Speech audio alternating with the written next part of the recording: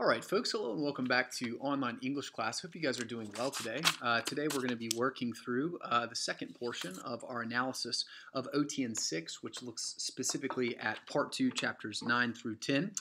We are going to be analyzing the circumstances, the scene in which Winston and Julia are arrested today and also tomorrow, okay? So we're going to be doing the first half of that analysis today as Winston and Julia arrive at a kind of apex moment in their rebellion that I'm going to describe the significance of.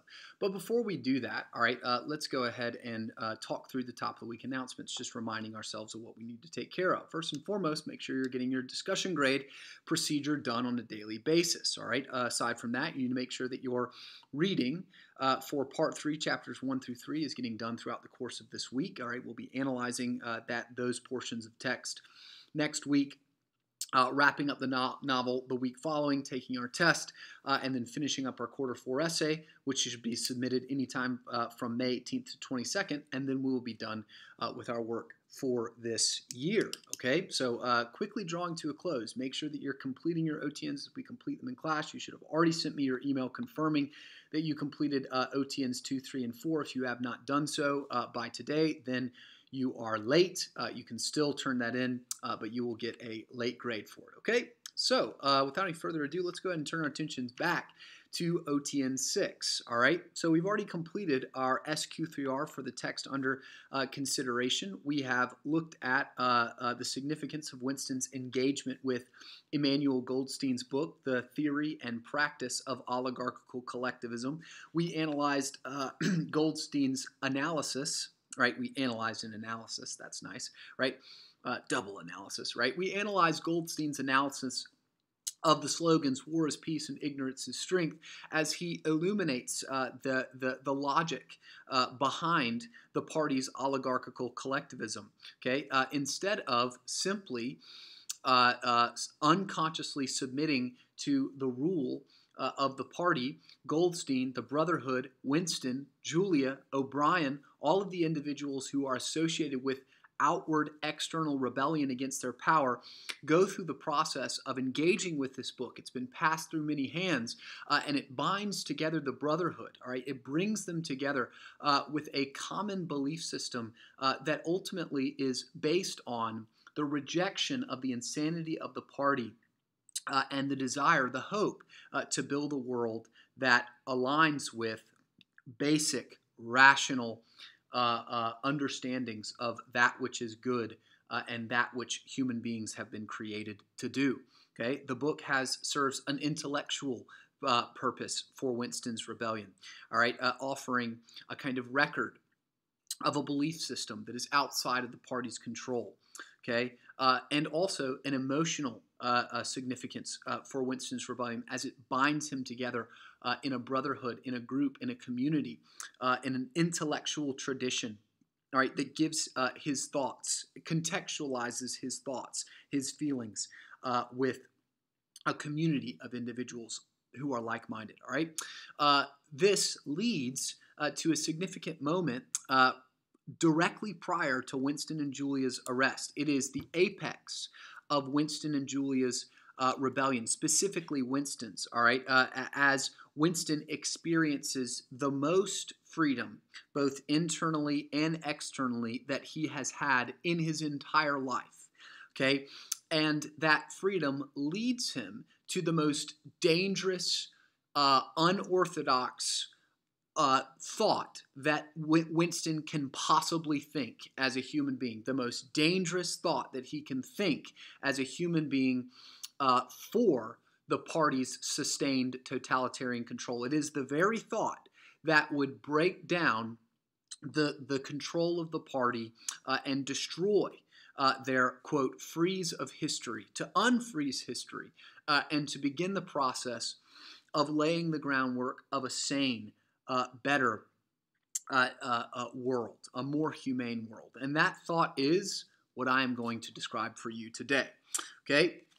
So in Chapter 10, all right, Winston and Julia are lounging around in Mr. Charrington's room, enjoying their life inside the metaphorical glass paperweight where they experience a kind of internal freedom where they get to establish and develop their own worldview and pursue their understanding of the blessed life freely.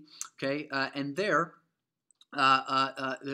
Winston has just woken up after he has read 2 chapters of the book, one about war is peace and one about ignorance is strength. And he is woken up to hear the song, okay, the beautiful voice of the red-armed prole woman, okay, the woman outside of Mr. Charrington's shop singing this song that was created by the party in order to satisfy the human beings that they dominate desire for music. People like music, if you haven't noticed, right? It's all over the radio, and people like music, right? They sing naturally. So the party gives them songs stripped of any kind of meaning, stripped of any kind of artistic value, okay? But this red-armed prole woman, as we've already noted, takes that song and overcomes or rebels against that dehumanizing impulse as she makes it beautiful herself, as she sings her own song. Despite the party's attempt to take this element of her humanity away, she reclaims it in her own act of small rebellion. Now, obviously, the prole woman does not know what she is doing. She does not know the full significance of this action, and therefore she's left alone by the party because she is unconscious of its significance. But Winston, significantly, as he listens to it, is not, okay?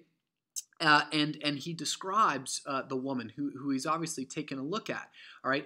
And he describes her as, to put it simply, right, a large woman with a mare-like buttocks, okay? That's just to say like a female horse-like buttocks, okay? But he recognizes, despite the fact that this woman is not necessarily like sexually attractive to him and past perhaps the sort of flower of youth, that she is significantly beautiful. All right, it had never occurred to him before that the body of a woman of 50, blown up to monstrous dimensions by childbearing and then hardened and roughened by work till it was coarse in the grain like an overripe turnip, that kind of person could be beautiful. But it was so. And he thought, why not? The solid, contourless body like a block of granite and the rasping red skin bore the same relation to the body of a girl as the rose hip to the rose. He says aloud to Julia, she's beautiful, okay? And Julia responds, all right, shallowly, okay, which is something that you should probably note in Julia's character. She's just significantly less thoughtful than Winston, okay? It is her style of rebellion, but she doesn't quite understand the larger symbolic significance of the things that she is seeing, okay? No big deal, but that's not just something that's true of Julia. She says, she's a meter across the hips, like, beautiful. What do you mean beautiful? She certainly doesn't look like a supermodel to me. And Winston responds by saying that is her style of beauty. Winston goes on to wonder how many children she had given birth to. He says it might easily be 15. She, like all individuals, had a momentary flowering, a year perhaps, of wild rose beauty, all right, back in her youth. And then she had suddenly swollen like a fertilized fruit. She became pregnant. She had grown hard and red and coarse, and then her life had been laundering, scrubbing, darning, cooking, sweeping, polishing, mending, scrubbing, laundering more, first for children, then for grandchildren, over 30 unbroken years. Okay, so that doesn't sound like a very beautiful life, right? Right off the bat, or on the surface of things. Okay, she's just worked. She's given birth to children. She was pretty for a while, but then she lost her beauty, just like all mortal human beings who, again, do this at different rates. Do this, some people age better than others, but eventually everybody gets old and needs help going to the bathroom. Eventually, all kinds of beauty fades. All right. And Winston is recognizing that there's a deeper beauty, all right, that extends beyond simple, perhaps sexual attractiveness, or beyond simple material or external or skin deep beauty. That her lifespan, okay, her common mundane lifespan is beautiful. The fact that, like all human beings, she has gone through the process of aging, that she has worked for other individuals, that she has borne children, that she has played her role in the promulgation of the race, in the filling of the earth, and in in building a future for the human race. Okay, at the end of it, she was still singing, and Winston begins to feel a kind of mystical reverence for this woman. Okay, so the mystical reverence that he felt for her was somehow mixed with the aspect of the pale, cloudless sky. Okay, so the narrator and Winston pay attention to the sky. Now, typically in literature, whenever there are references to a character being immersed in a kind of like transcendent heavenly sky, all right, it is meant to suggest that this individual, as they are sort of immersed or described in juxtaposition to the sky, that they like the sky, they like the heavens that we so often as human beings associate with the transcendent or the supernatural or the spiritual, okay? That she is this sort of transcendent symbol of the beauty of the normal human life, okay? Not just a beauty that is her own as an individual, although she's beautiful as an individual. Not just the beauty of, she's not just a representative of the beauty of Winston and Julia's personal relationship that they delight in so much, but rather she is a symbol of the beauty of human life in general. The fact that the human lifespan and the things that human beings have been made to do, like work and procreate and serve their children and protect and preserve the future as their work, their life resonates in and is carried on in the DNA and the well-being of the children that they have brought up. That very basic, common human endeavor is itself beautiful and itself valuable. Okay? Everyone got that? Winston is recognizing right here, he is learning, it is being revealed to him, he is coming to the conclusion that human life, not just his life, not just Julia's life, not just the Brotherhood's life, not just O'Brien's life, but human life is inherently valuable and beautiful and worthy, okay, worthy of being deemed beautiful, okay? And therefore worthy of being what? Protected, fought for. Okay? When we use that word beauty, what we're talking about is something that is worthy of adoration, that is worthy of respect, that is worthy of one's attention, worthy of being defended. And therefore, right, this conclusion is sort of the apex of Winston's rebellion as he moves out beyond simply saying, like he did in part one, my life is valuable and the party is controlling me in ways that are dehumanizing, and that is unjust, and I reject their control. Or later in part two, Julie and Winston saying together, right, face to face as a couple, our lives are valuable and our love together is valuable, and the party's dehumanizing attempt to stop us from experiencing the goodness, the blessedness of that love is unjust. And so we rebel against them. We disobey. And not just like Winston and the Brotherhood collectively saying, as they read the book together and share in the belief system articulated by Emmanuel Goldstein, that our society is filled up with individuals whose lives are valuable, and that Oceania's government needs to be changed because it is unjustly treating those individuals who are naturally inherently valuable. Beyond that, and further than that, and more dangerous than that, because it is a kind of eternal truth. It is a kind of transcendent truth that is not just temporal. It doesn't just apply to one person or two people or a group of people in a specific point in time, but rather a kind of transcendent truth that is true of all time. And that truth that Winston is sort of being confronted with here is that all human life is valuable, past, present, future. And the party's dehumanizing treatment of human beings, both in the past as they rewrite and misrepresent their history, and in the present as they oppress and dehumanize it, and in the future as they project their power into the future by creating a world now that dehumanizes and redefines mankind by rewriting language and creating newspeak to narrow the range of those future human beings' ability to think and to believe and to experience love and blessedness, that all human life is valuable, and the party's dehumanizing treatment of all human beings is unjust today and, importantly, always.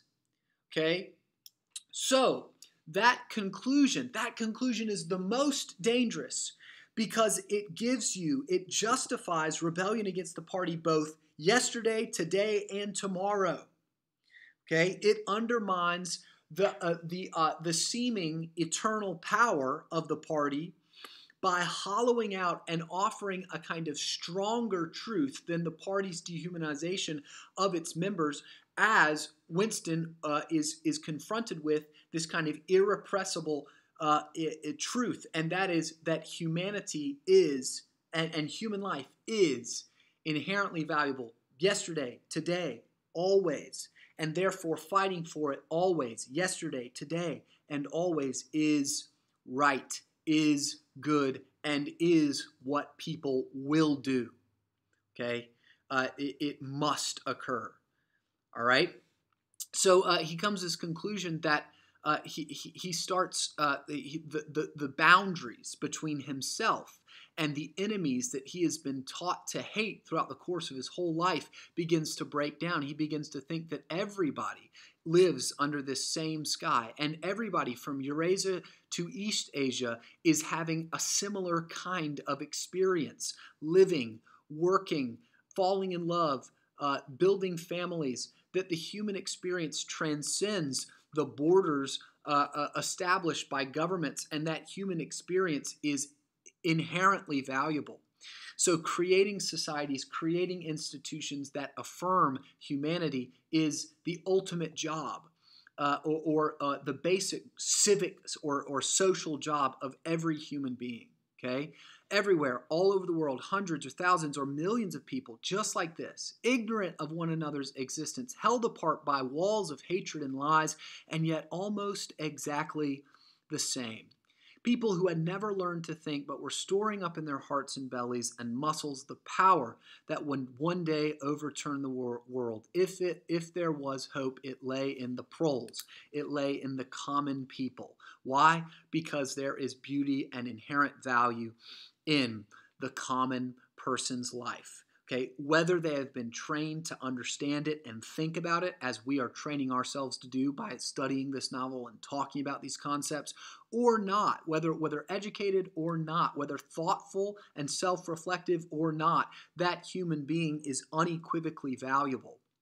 Okay, and that ultimately this society that devalues those people will be overthrown because the human heart, which has been created to experience a kind of blessed life, to experience the kind of freedom that Winston is pursuing throughout the course of his rebellion, it must, in the end, it will outlast the party. Because, all right, that value is eternal. It's for all time. But the party is a human institution, all right? And institutions fade, but the human spirit does not, all right? Okay.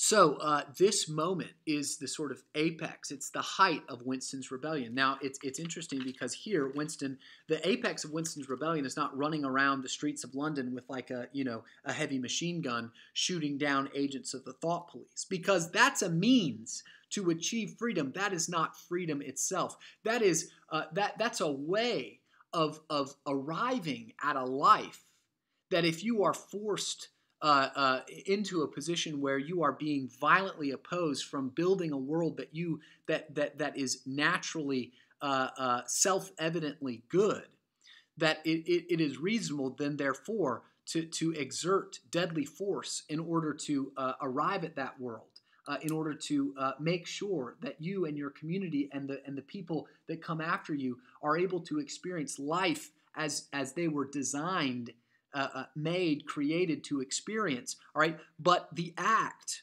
of killing and shooting, that act is not an act of freedom in and of itself. That act is an act of violence that is only justified by the freedom that it is buying. Okay, so here, what Winston is experiencing as he is experiencing this moment of love, of tranquility, of peace, of adoration of beauty, and that connects him to a kind of transcendent understanding of the value of human life, that is the result of freedom. That is the kind of thought that is the most dangerous to the party, the height of thought crime. So, once Winston has thought this thought, once Winston has felt this feeling that binds him together with the other people around him in a kind of relationship in which he adores and extols and revels in the beauty of all the people around him. Okay, not just himself, not just Julia, not just a brotherhood, but all the people around him. It is precisely at that moment that his rebellion is stopped and he is arrested. And his arrest changes the nature of this rebellion, as all of it is suggested that all of it was orchestrated by the party. Troubling information that changes the way that we understand Winston's rebellion fundamentally. We'll be discussing that change tomorrow. Have a great day.